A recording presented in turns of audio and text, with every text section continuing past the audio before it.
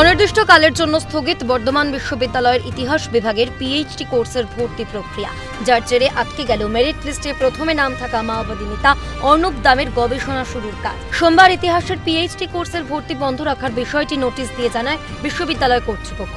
যদিও অন্যান্য বিষয়গুলিতে পিএইচডিতে ভর্তি জারি থাকছে। এদিকে বিশ্ববিদ্যালয়ের সিদ্ধান্ত নিয়ে উষ্মা প্রকাশ করেছে মানবাধিকার সংগঠন এপিডিআই। তাদের অভিযোগ, যাবজ্জীবন সাজাপ্রাপ্ত মাও নেতা অর্ণব দামের ভর্তি আটকাতে ইচ্ছাকৃতভাবে জটিলতা তৈরি করছে বর্ধমান বিশ্ববিদ্যালয়। মানে আপনার জেলে থাকা অবস্থায় সে বিএ পাস করেছে, এমএ পাস করেছে, সেট পাস করেছে এবং পিএইচডি করতে চলেছে, সে শিক্ষক হবে বলে। অথচ বর্ধমান বিশ্ববিদ্যালয়ের এই যে প্যানিক যে রিয়াকশন, এটা ভয়ঙ্কর, এটা প্রতিপরায়ণ যে আচরণ, এটা অকল্পনীয়। জানা গেছে, অফলাইন কোর্স ওয়ার্কের সময় উপস্থিতি কিভাবে সুনিশ্চিত হবে ও নিরাপত্তার ব্যবস্থা কি থাকবে তা বিশ্ববিদ্যালয়ের তরফে জানতে চাওয়া হয়েছে হুগলি কেন্দ্রীয় সংশোধনাগার কর্তৃপক্ষের কাছে।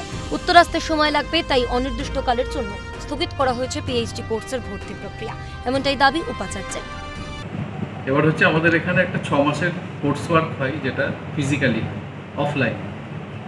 তো এবারে সেটার মোডালিটিটা কেমন হবে, তাকে এখানে নিয়ে যাওয়া কিভাবে সেটা হবে, সেটা আমরা জানতে চেয়েছি। ওই সংশোধনাগারের যিনি ইনচার্জ সুপারিনটেন্ডেন্ট, তার কাছেই জানতে চাই। তো সেই কারণেই, যেহেতু ওর প্রথমেই নাম আছে বলে আমি শুনেছি, সেই কারণে আপাতত আমরা স্থগিত রেখেছি। এরপরে হচ্ছে মোডালিটিসটা কীরকম কী হবে, সেটা যদি আমরা জানতে পারি তখন আমরা এ নিয়ে ব্যবস্থা। আগামী দিনে জট কেটে যাবে বলেই মনে করছেন ইতিহাস বিভাগের প্রধান। সমাজের মূল স্রোতে তার ফেরাটাকে আমি সর্বদাই স্বাগত জানাবো ব্যক্তি হিসেবে এবং বিভাগের পক্ষ থেকে। হয়তো একটু ডিলে হচ্ছে, কিন্তু আমার ধারণা যে এই বিষয়টা জটটা কেটে যাবে। সিলেকশন কমিটিতে জাজ করেছি, তখন তো তার অতীত বিষয়ে আমরা জাজ করিনি। রাষ্ট্র সর্বদাই চায় যে কোনো বিপথগামী মানুষ মূল স্রোতে ফিরুন। সে কারণেই জেলখানাগুলির নাম হয়েছে সংশোধনাগার। প্রয়োজনে আন্দোলনে নামার হুঁশিয়ারিও দিয়েছে তৃণমূল নেতৃত্ব। তো শিক্ষার অধিকার সবার আছে। অর্ণব দাম তার যোগ্যতায় ফার্স্ট হয়েছে, ইন্টারভিউ দিয়েছেন।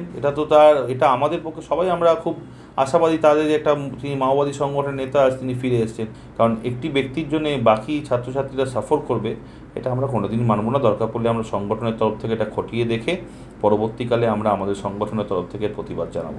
সমাজের মূল স্রোতে ফিরতে চান অর্ণব দাম, সেই মতো সংশোধনাগার থেকেই প্রস্তুতি নিয়ে একটু একটু করে এগোচ্ছিলেন।